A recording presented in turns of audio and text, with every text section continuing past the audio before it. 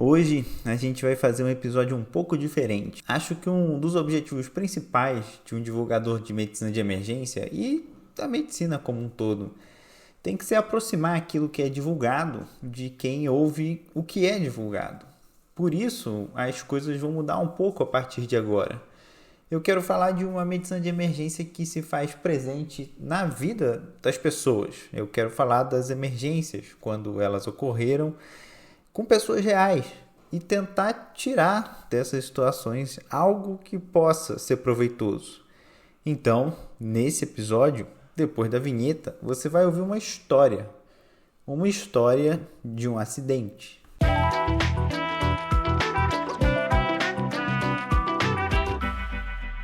Era um dia de fim de semana, sábado ou domingo, eu não me lembro bem. Eu lembro que era dia de jogo do Botafogo.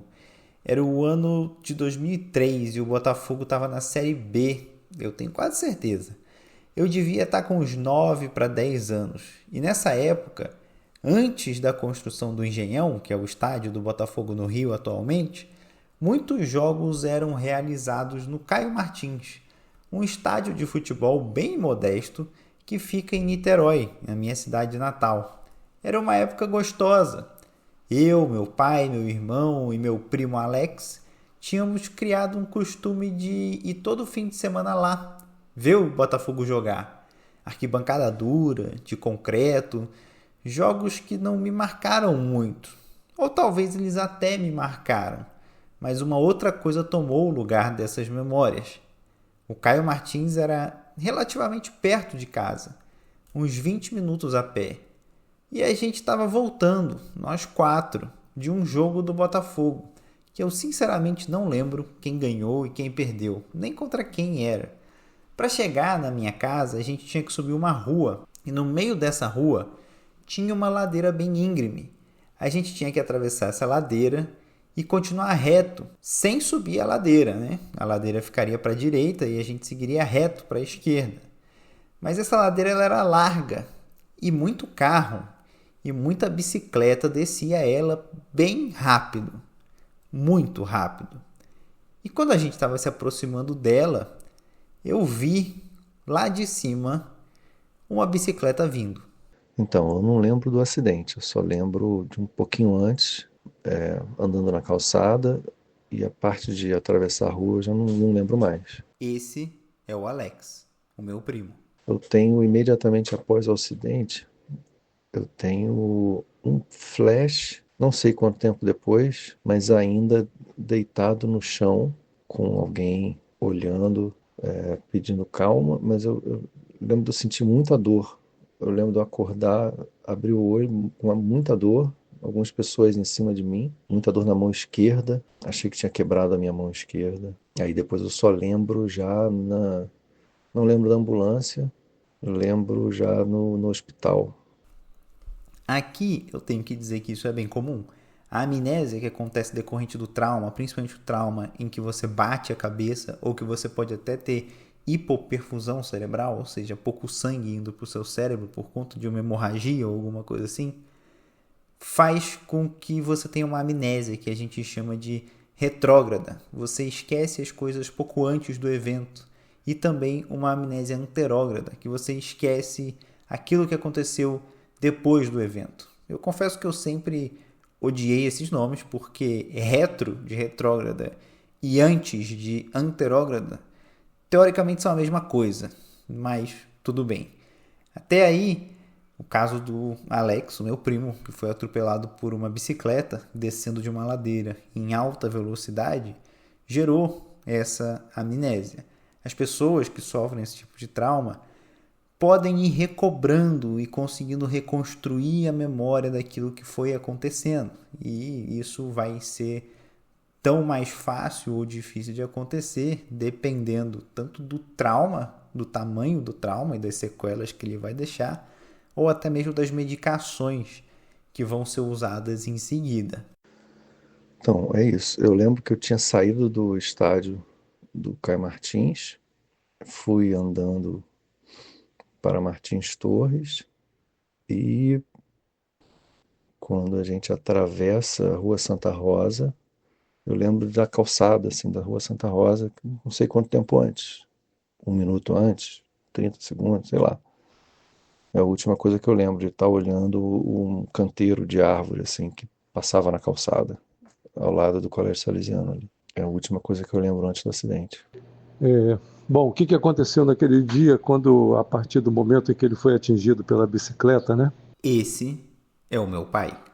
Ele estava junto da gente. Ele é arremessado para trás, eu tenho isso bem claro na cabeça. Quando ele cai tipo com o cóccix e faz uma alavanca no tronco, né? Então isso arremessa com muita força a cabeça dele para trás e ele bate com a cabeça no asfalto o som que eu ouvi, né, e a cena que eu vi foi essa, e o som que eu ouvi foi como se você tivesse arremessado um coco no chão. Eu só consigo imaginar o desespero do meu pai.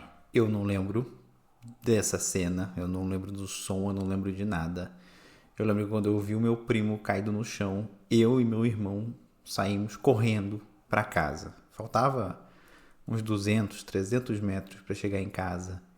E a gente chegou lá gritando, chamando a minha mãe e falando: o Alex foi atropelado, o Alex foi atropelado. E depois disso eu já não participei mais da história. Fico do lado dele, ele está com o olho fechado, ficou mais ou menos aí, pela minha percepção, uns 20 segundos, 25, 20 segundos, e volta aos poucos a abrir os olhos, né? Eu já estou do lado dele, outras pessoas estão chegando, eu não deixo ninguém mexer nele. E aí ele, quando abre os olhos, eu pergunto se ele está me vendo. Aí ele mexe com a cabeça e diz que sim. E aí eu peço para ele então mexer com os braços, com a mão, e ele mexe.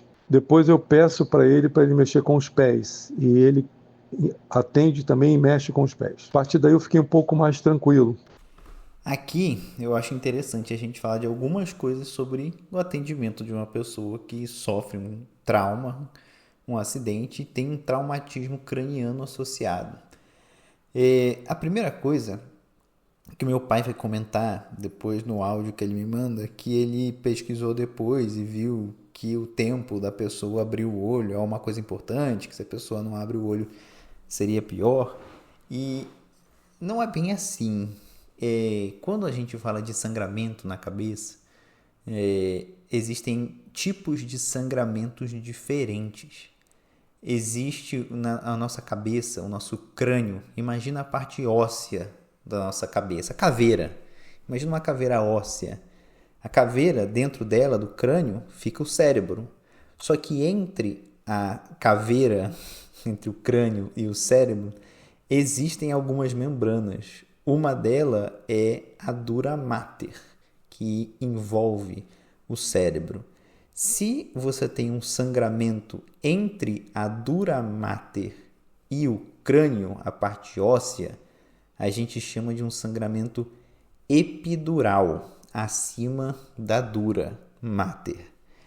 E existe uma coisa chamada intervalo lúcido, que é um tempo entre você ter o trauma, começar a sangrar dentro da cabeça acima da dura mater, e esse sangue vai acumulando e empurrando o cérebro até o momento que aquela pessoa que a princípio estava bem, talvez só com uma dor de cabeça, mas estava acordada e conversando, ela apaga, porque o cérebro já está ficando sem espaço dentro do crânio.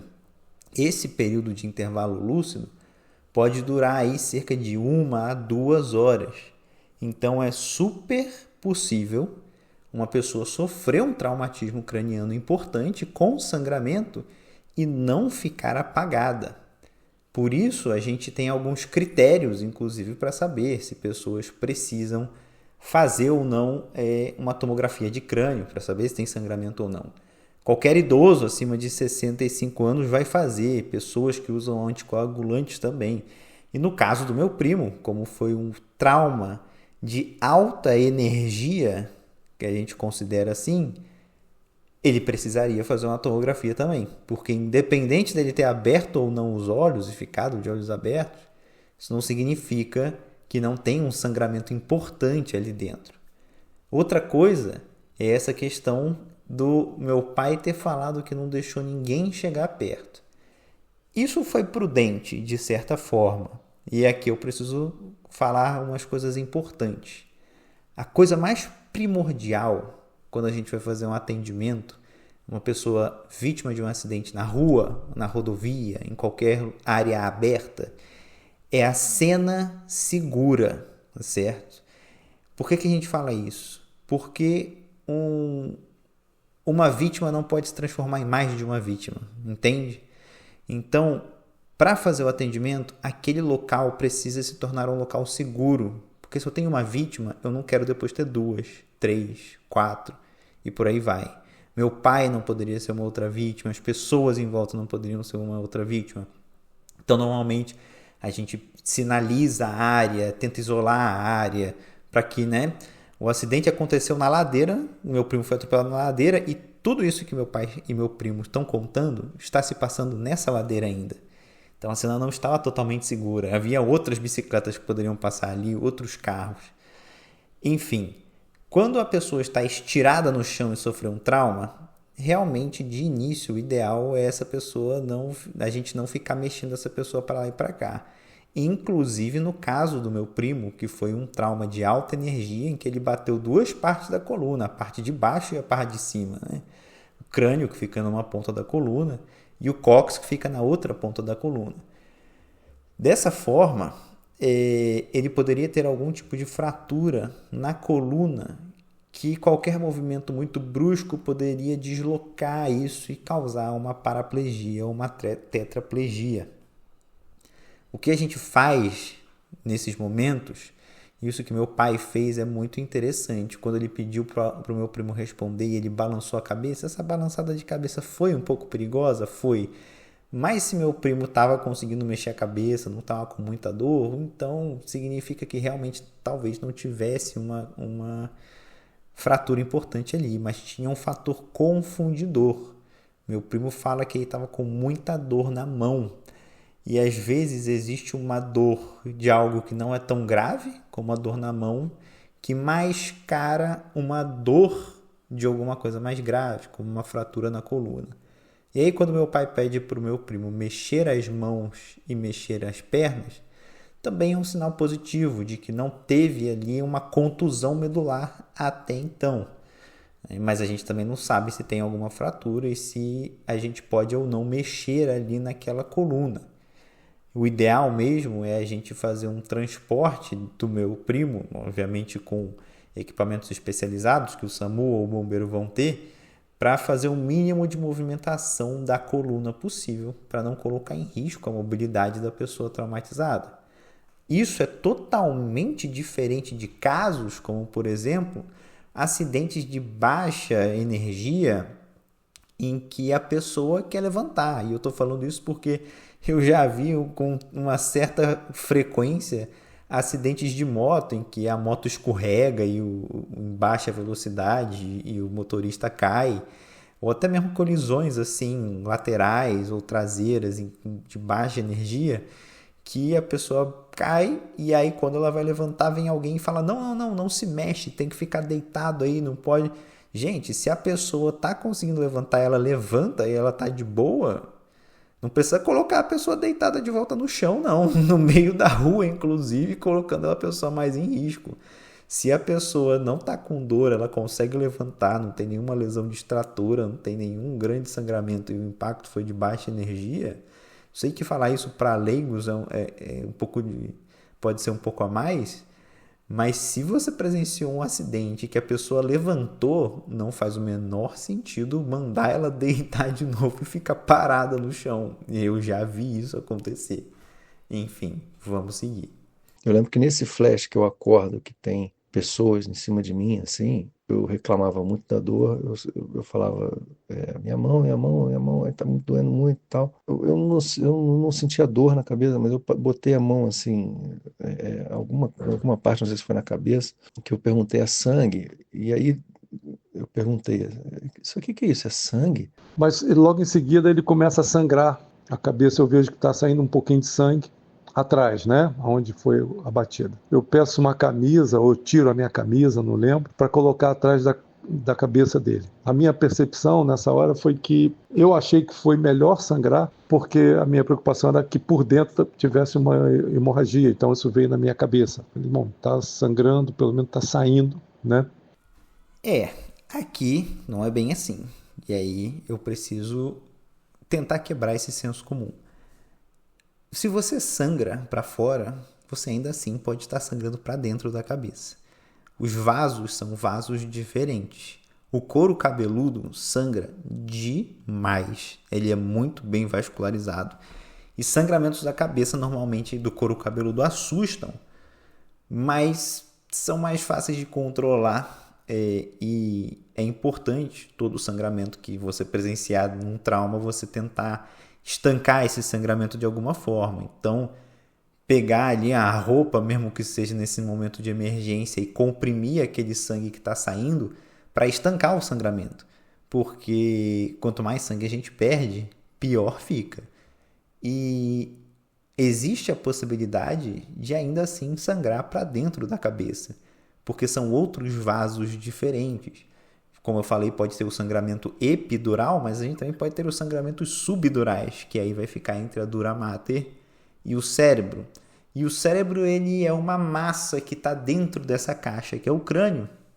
E existe um tanto de espaço ali que o cérebro pode acabar se movendo, né? Então ele é envolto por um líquido, ele está flutuando ali nesse líquido, mas conforme você tem um movimento muito brusco, como meu pai descreveu, que foi a batida da cabeça, o cérebro pode chacoalhar, balançar ali dentro e não só sangrar na região que bateu, como sangrar na região oposta à que bateu.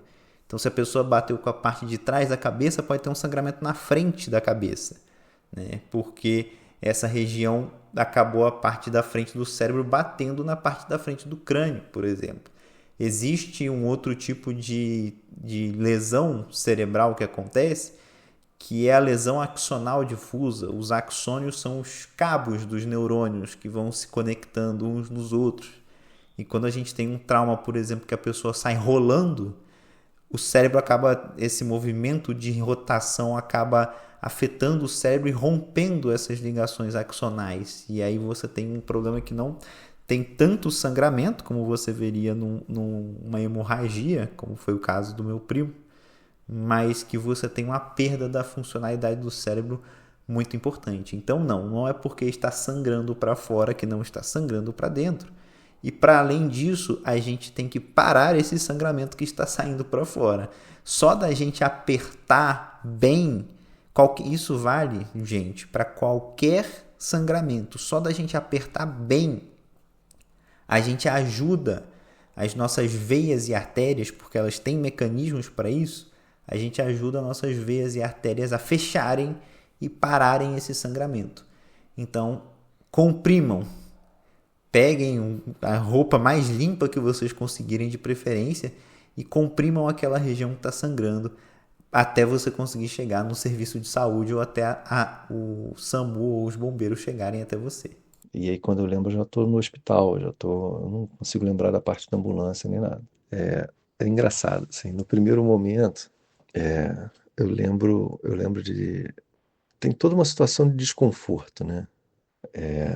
Eu fui pro Antônio Pedro, que muita gente reclama, né, e tal, mas eu fui bem atendido, assim.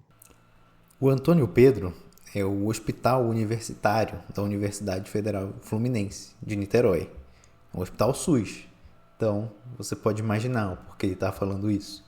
E aí eu lembro da maca gelada, sem nenhum tipo de colchão nem nada, era só uma maca de inox, ultra gelada, e eu morrendo de dor. Aqui eu vou contar uma coisa curiosa para vocês. Como eu falei, quando a gente tem um paciente que é vítima de um trauma, a gente parte do pressuposto de que ele tem alguma lesão medular, alguma lesão que tem o potencial de deixar ele tetraplégico ou paraplégico. E por isso a gente preza por fazer o mínimo possível de movimentação dessa coluna. A gente tenta fazer uma restrição de movimentação da coluna, RMC. Acontece que por muito tempo se pensou que a melhor forma de fazer isso era colocar uma prancha rígida, que você já deve ter visto os bombeiros, o SAMU utilizar, aquela prancha que às vezes é amarela, laranja ou vermelha, e colocar junto com o colar cervical no paciente. Acontece que a gente percebeu e aprendeu com o passar do tempo que deixar o paciente numa superfície rígida não é das melhores escolhas, porque essa superfície rígida ela não impede muito bem a movimentação deslizando para cima e para baixo. E os pacientes eles tendem a se movimentar bastante por conta do incômodo, porque dói ficar numa coisa dura. E na verdade, a melhor coisa possível é você deixar a pessoa, o paciente, a vítima do trauma, em algo um pouco mais acolchoado, porque quando é mais acolchoado e você tem mais contato do seu corpo com essa superfície acolchoada, você se mexe menos, você fica mais confortável, você sente menos dor e você tem mais atrito ali com esse lugar, então você não vai ficar balançando nem deslizando. Então deixar um paciente vítima de trauma numa maca em contato direto, né, com essa maca, isso é ruim se a pessoa, meu primo no caso, tivesse algum trauma raquimedular. E para além disso, o frio também atrapalha em um monte de coisa em relação a sangramentos possíveis, mas também no incômodo, que por conta do frio a gente vai ficar querendo se mexer e tremer para gerar calor e tentar combater esse frio. Então, nesse sentido, eu sei que o atendimento, esse acidente já faz mais de 20 anos, mas se a gente fosse trazer para algo atual, isso estaria, digamos, um pouquinho desatualizado. Mas eu lembro da sutura que a minha namorada na época precisou ficar segurando a minha cabeça porque eu não conseguia ficar sustentando o pescoço. E aí, mas eu, como eu tinha muita dor, eu xingava muito, eu gritava. Eu não lembro exatamente o que que eu falava, mas eu devia reclamar muito. E devia ser um residente que estava fazendo a sutura, mas ele não falava nada. Foi engraçado. Que eu xingava assim, eu reclamava, tá doendo, pá. E ele simplesmente ia costurando e tava tudo certo. Eu acho que ele foi compreensivo nesse momento, porque quando você está num estado uma dor assim muito intensa, né, você tem reações que são incontroláveis, né? Eu vou te falar que enquanto médico emergencista e acho que todo médico que atende emergência, a gente está mais do que acostumado com isso. Se dói, eu sempre pelo menos falo, pode xingar, pode fazer tudo, só não mexe, porque senão vai ser pior. E não tem medicação, não tinha nenhum processo, nenhum atendimento específico para dor naquele momento, ainda não tinha, só tinha a questão de costurar, fazer a sutura. É, tem, na verdade tem sim. A sutura tem que ser feita de preferência com anestesia, né? Eu sei que suturar couro cabeludo, cabeça é muito difícil, é difícil de enxergar por conta do cabelo, principalmente misturado com sangue. Mas assim, a anestesia tem medicação para dor, dá para fazer, faz parte do atendimento inicial do trauma pegar a veia do paciente e aí dá para fazer diversas medicações para dor, desde morfina até a nossa simples dipirona e associar medicações como a ketamina. E a sutura tem que ser feita com anestesia local, porque senão amigo, é um tanto quanto torturante. É difícil você se ver numa situação tão de vulnerabilidade, né? De dor, sem ter feito nada para estar naquela situação. Você não fez nada que assumisse algum tipo de risco, então era absolutamente inconsciente e incompreendida a situação. E esse comentário aqui me pegou um pouco, porque é isso, né? Ninguém pediu para eu ficar doente. E é o que a gente fala na medicina de emergência. A gente tem que estar bem para atender as pessoas no pior dia da vida delas. O nome disso é acidente, não é à toa. É um acidente. E isso é uma questão muito importante da gente ter em mente, inclusive quando a gente fala de saúde pública. de defesa da saúde pública, ninguém está esperando que a desgraça vai acontecer. Obviamente que a gente tem que se preparar, mas se a nossa saúde fosse privada, se fosse como nos Estados Unidos, que uma ambulância custa 2.000 a 3.000 dólares, será que meu primo teria sobrevivido?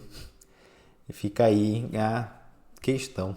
E aí teve uma situação que tanto meu primo quanto a minha tia, a mãe do meu primo, trouxe, que me marcou um pouco, porque eles trouxeram meio que de uma forma como eles não entenderam, ou uma certa indignação, ou não sei, um questionamento de que meu primo tinha convênio, ele poderia ser transferido para o hospital particular lá da cidade e o hospital público não liberou até que se fizesse a tomografia e tivesse uma outra avaliação.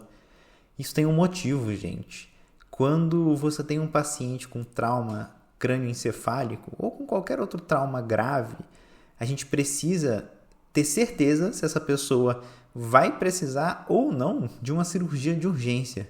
Se o meu primo tivesse um sangramento muito grande na cabeça, ele precisaria passar por uma cirurgia de urgência para tirar esse sangramento, fazer uma descompressão, porque senão ele correria o risco de morrer daquele sangramento na cabeça, apertar tanto o cérebro que o cérebro não ia ter espaço, e o cérebro sem espaço dentro da cabeça, ele morre. Então só poderia fazer uma transferência com a segurança de que tá tudo bem, você tem tempo e segurança para ser transferido. E isso vale para qualquer potencial urgência ou emergência cirúrgica.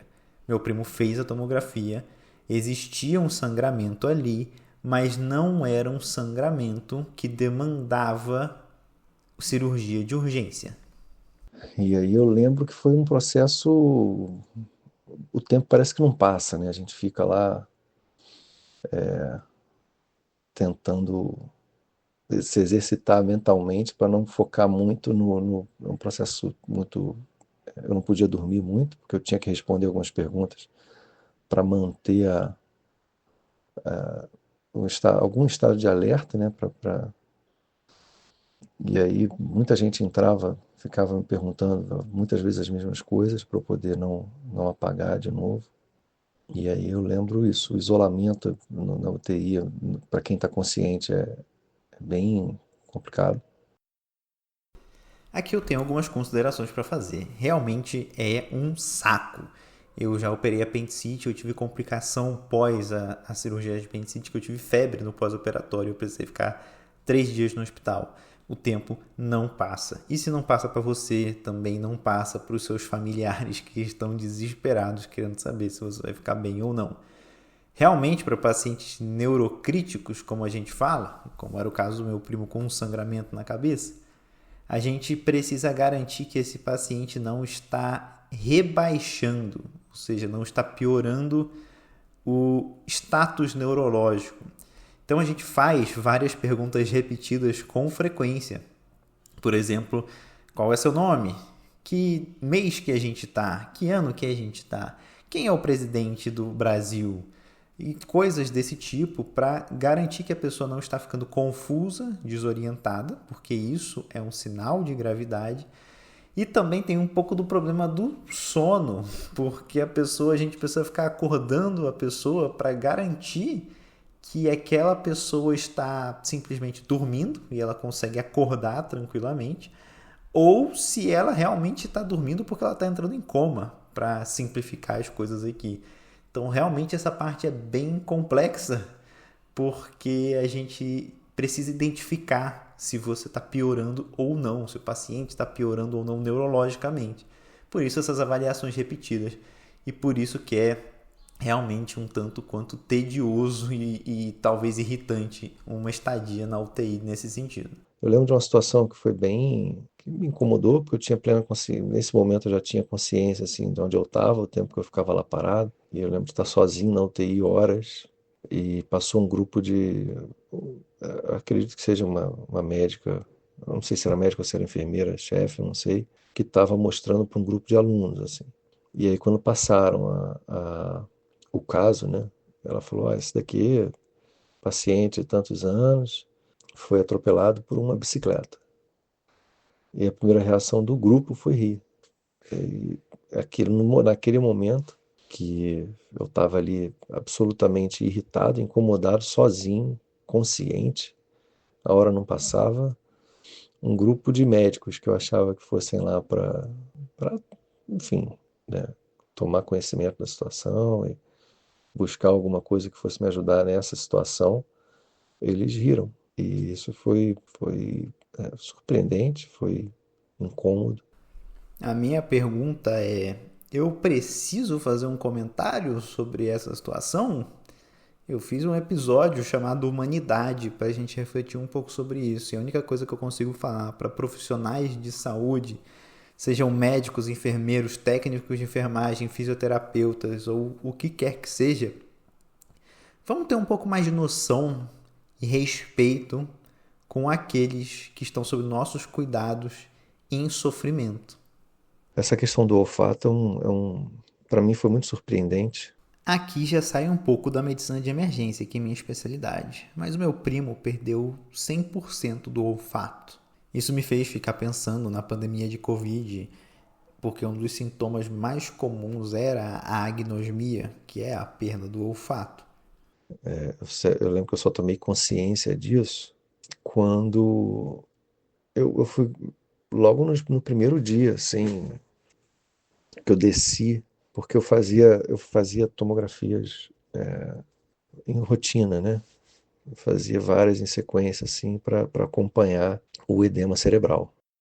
Edema cerebral é a mesma coisa que inchaço do cérebro. Edema é inchaço. Imagina que você bate o seu braço, que você arranha o seu braço.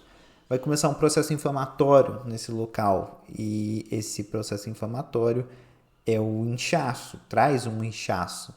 Agora você imagina o seu cérebro que fica dentro de uma caixa. Essa caixa tem um tamanho fixo. Só que se a caixa tem um tamanho fixo e o seu cérebro está inchando, seu cérebro vai ficar apertado lá dentro. Então isso é uma das coisas que a gente tem que fazer nesses casos dos traumatismos cranianos, é acompanhar esse inchaço.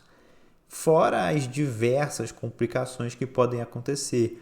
Uma das complicações relativamente comuns é o paciente desenvolver epilepsia, convulsões. Fica uma área morta ou fibrosada do cérebro, que aquilo ali passa a ser o que a gente chama de um foco de convulsões. Uma epilepsia que a gente chama de estrutural. Por sorte, meu primo não desenvolveu isso. E aí, numa dessas idas, eu tinha sido oferecido para mim alguma coisa para comer, e eu falei que eu não estava sentindo gosto nenhum. Aí, num segundo momento, eu falei, eu acho que eu estou sentindo. Aí, na verdade, eu comi alguma coisa mais salgada e eu senti que tinha sal. E aí eu cruzo com um médico, amigo da família, no hospital, no corredor. E ele explica, ele falou, não, isso daí é porque você perdeu o olfato. E é comum, uma das lesões mais comuns que tem, quando você tem a pancada na parte posterior da cabeça e tal. Ele falou lá. Para mim isso foi uma novidade completa. E eu tive que reaprender a lidar com situações muito comuns, porque se você está num lugar que vaza gás e você não consegue detectar um vazamento de gás, é um problema. E assim foram em várias situações. Tem uma coisa interessante de que existe uma discussão biológica se o paladar e o olfato são sentidos diferentes. Eles são sentidos muito interligados. E parte do olfato depende do paladar, assim como parte do paladar depende do olfato. Nesse sentido, é interessante ver como a gente não percebe o quanto a gente usa o nosso olfato ao longo dos dias para as coisas mais simples. E meu primo traz isso muito bem. Ele traz, inclusive, na história o tanto de peso que ele perdeu porque ele simplesmente não tinha mais vontade de comer as coisas porque as coisas não tinham gosto, ou pior, tinham um gosto ruim, cheiros ruins também. Nesse sentido, é muito interessante que o que ajuda bastante a gente, e ajudou muita gente durante a pandemia de Covid até hoje, é a fisioterapia, que também pode ser fonoterapia, mas a fisioterapia que é estimular com cheiros. Você vai sentindo cheiros diferentes em sessões de fisioterapia para ir tentar recobrando o seu olfato. Meu primo recuperou e ele não sabe dizer se é 100%, se ele sente alguma coisa diferente, mas ele acabou se acostumando com a forma com que ele sente o mundo agora. E no final deu tudo certo. Meu primo foi atendido rapidamente, a gente chamou a ajuda, o socorro, o SAMU rápido e ele teve o atendimento melhor possível para aquele caso e a resolução foi um desfecho positivo, com algumas sequelas que foram sendo lidadas ao longo do tempo. Ele não ficou com nenhuma sequela motora, ele é músico e hoje ele tem uma banda e ele consegue tocar na banda dele, o que é muito bom. Mas infelizmente, depois desse acidente, a gente meio que parou de ir assistir os jogos do Botafogo.